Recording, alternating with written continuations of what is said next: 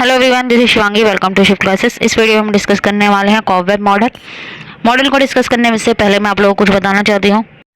Neeraj publication IGNOU books पे 50% का discount लेके आया है। अगर आप 500 से ज़्यादा की परचेज करते हैं बुक तो आपको 50% का डिस्काउंट मिलेगा। मान लीजिए आपने 600 की बुक खरीदी तो 300 की मिलेगी। इसके साथ साथ आपको फर्दर डिस्काउंट भी मिलेगा। वो कैसे मिलेगा आपको? जब आप ऐड टू कार्ट पे जाएंगे पेमेंट के लिए, जब यहाँ पे आपको एक ऑप्शन दिखेगा enter special discount coupon code, तो यहाँ आपको मेरा कूपन कोड SC2023 इस्तेमाल करना है। तो आपको 50% के अलावा और भी डिस्काउंट मिलेगा। लिंक जो है डिस्क्रिप्शन में और पिन कमेंट करके भी दिया गया है। अगर आप खरीदना चाहते हैं तो खरीद सकते हैं। बढ़ते हैं टॉपिक की तरफ। तो कॉबवेब मॉडल क्या है? हिंदी में से मकड़ी का जाला मॉडल या कॉबवेब मॉडल भी कहते हैं, तो कंफ्यूज मत होना। नाम ध्यान रखना हिंदी मीडियम वाले स्टूडेंट। तो कॉबवेब थ्योरी क्या है? थ्योरी लिखा है, मॉडल लिखा है, यही है। ये एक विचार है जिसमें क्या है, जो प्राइस में फ्लक्चुएशन होती है। फ्लक्चुएशन मतलब जब प्राइस में उतार चढ़ाव आते हैं, कभी ज़्यादा होते हैं कभी कम होते हैं, तो वो किसकी तरफ लेके जाते हैं? फ्लक्चुएशन जो है,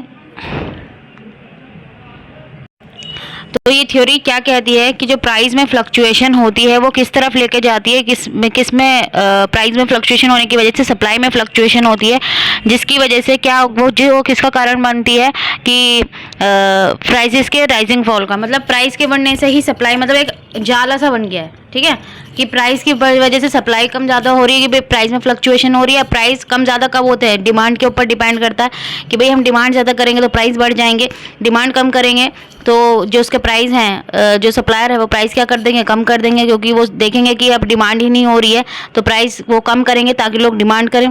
तो प्राइस के में फ्लक्चुएट होने से सप्लाई में फ्लक्चुएशन होती है, और जो फिर किसका कारण बनती है? दोबारा से किसका? प्राइस के बढ़ने और घटने का। भाई सप्लाई अगर ज़्यादा हो रही है तो क्या होगा? प्राइस कम हो जाएंगे, सप्लाई कम हो रही है तो प्राइस जो है बढ़ जाएंगे। तो ये एक चक्र सा बन जाता है, ठीक है। तो कॉबवेब मॉडल किसके ऊपर बेस्ड है? टाइम लैग भाई सप्लाई और डिमांड डिसीजन में, कि भाई एक अंतराल होता है किसके बीच में? सप्लाई और डिमांड डिसीजन में, यानी कि एक साथ ही ली जा रही है। पहले देखेंगे कि डिमांड किसी पर्टिकुलर प्रोडक्ट की कितनी हो रही है, फिर उस हिसाब से क्या होती है? सप्लाई होती है। तो अगर यहाँ पे अगर हम बात करें कॉबवेब मॉडल का जो है किसके कॉन्टेक्स्ट में ज़्यादा अप्लाई होता है? एग्रीकल्चर मार्केट के कॉन्टेक्स्ट में, क्योंकि यहाँ पे क्या होता है, प्लानिंग और हार्वेस्टिंग में दोनों के बीच में क्या होता है, जो है अंतराल होता है कि भाई कब प्लानिंग करनी है फसल बोने की, भाई कब फसल बोई जाएगी और कब उसकी कटाई होगी फसल की। तो ये क्या है, मान लीजिए कि अनएक्सपेक्टेडली भाई आपने एक्सपेक्ट नहीं करा था कि क्या आ गया, बैड वेदर आ गया, तो फार्मर क्या होंगे कि किसकी मार्केट में गए? तो क्या हुआ कि बैड वेदर की वजह से जो उनकी स्ट्रॉबेरी की क्या थी, फसल थी, वो कम हुई, ठीक है। तो वो जो जितनी फसल हुई मतलब कम मात्रा में हुई, उसको लेके वो बाजार गए। अब बाजार गए तो भाई स्ट्रॉबेरी की डिमांड ज़्यादा थी लेकिन उसकी सप्लाई कम थी, क्योंकि भाई इतने बैड वेदर की वजह से फसल इतनी ज़्यादा नहीं हुई। तो क्या होगा, उनको ज़्यादा प्राइस मिलेगा। अब फार्मर ने सोचा कि भाई मेरे को तो ज़्यादा प्राइस मिल रहा है, तो उसने क्या करा कि नेक्स्ट टाइम जो स्ट्रॉबेरी है भाई बाकी फसलों के मतलब बाकी फसलों की जगह उसने स्ट्रॉबेरी को फिर से ज़्यादा उगाया। अब क्या हुआ कि स्ट्रॉबेरी ज़्यादा हो गई। इस बार तो बैड वेदर नहीं हुआ, क्योंकि भाई कम सप्लाई हो गई, इस बार सप्लाई ज़्यादा हो गई। वो मार्केट में क्या बेचने, भाई उसके पास स्ट्रॉबेरी ज़्यादा है। तो जब मार्केट में स्ट्रॉबेरी ज़्यादा है तो क्या हो जाएगा, उसके प्राइसेस क्या हो जाएंगे? कम हो जाएंगे। अब क्या सोचा, अब उसने देखा कि भाई मेरे को तो दाम कम मिल रहे हैं। अब उसको दाम कम मिले तो उसने नेक्स्ट ईयर क्या करा कि फिर फसल जो है कम हो गई। अब कम हो गई तो क्या होगा, अब मार्केट में क्या हुआ, मार्केट में वो कम स्ट्रॉबेरी लेके गया। तो कम स्ट्रॉबेरी लेके गया है तो क्या होंगे, प्राइस ज़्यादा होंगे। तो ये क्या हो रहा है कि एक बार प्राइस बढ़ रहे हैं, एक बार। तो यही क्या है, जाल है, ठीक है। यही क्या है हमारा कि जिसे हम बोलते हैं कॉबवेब है, ठीक है। कि एक बार प्राइस बढ़ रहे हैं सप्लाई की वजह से, भाई प्राइस की वजह से सप्लाई बढ़ रही है, फिर सप्लाई की वजह से प्राइस मतलब प्राइस पे इफेक्ट पड़ रहा है। तो ये क्या हो गई, एक चेन हो गई। तो अगर हम देखें कि यहाँ पे इक्विलिब्रियम भाई डिमांड और सप्लाई का, डिमांड का हमारा डाउनवर्ड स्लोपिंग होता है जो रेड लाइन से दिख रहा है, और जो ब्लू लाइन से दिख रहा है वो हमारा क्या है, सप्लाई कर्व है।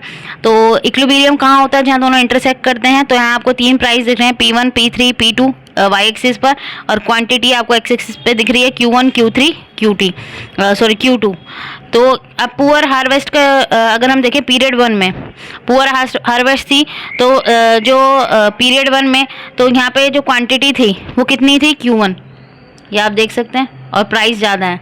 जब क्या था कि सप्लाई तो कम थी। सप्लाई कितनी थी, ये वाला पोर्शन आपको दिख रहा होगा, सप्लाई कितनी हो रही है, सिर्फ इतनी, और डिमांड कितनी हो रही है, ये आप देख रहे हैं डिमांड कितनी हो रही है। डिमांड का जो है सप्लाई कब से अबव है, तो डिमांड ज़्यादा है और सप्लाई कम है।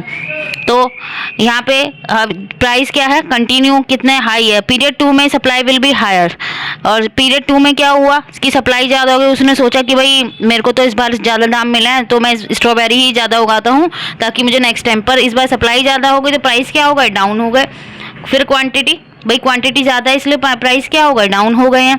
तो प्राइजेस क्या हो गए, P1 से P2 पे आ गए। तो यही प्रोसेस जो है अपने आप में जो है रिपीट होता रहता है, low supply with high price, high supply with low price. तो यही क्या है, स्पाइरल बन जाता है किसका, प्राइस और क्वांटिटी का। भाई प्राइस क्वांटिटी को जो एक दूसरे को क्या करते रहते हैं, ट्रेस करते रहते हैं। तो ये था हमारा कोबेम मॉडल। आई होप आपको क्लियर हो गया होगा। अगर वीडियो अच्छी लगी हो तो like it, share it and subscribe my channel. Thank you.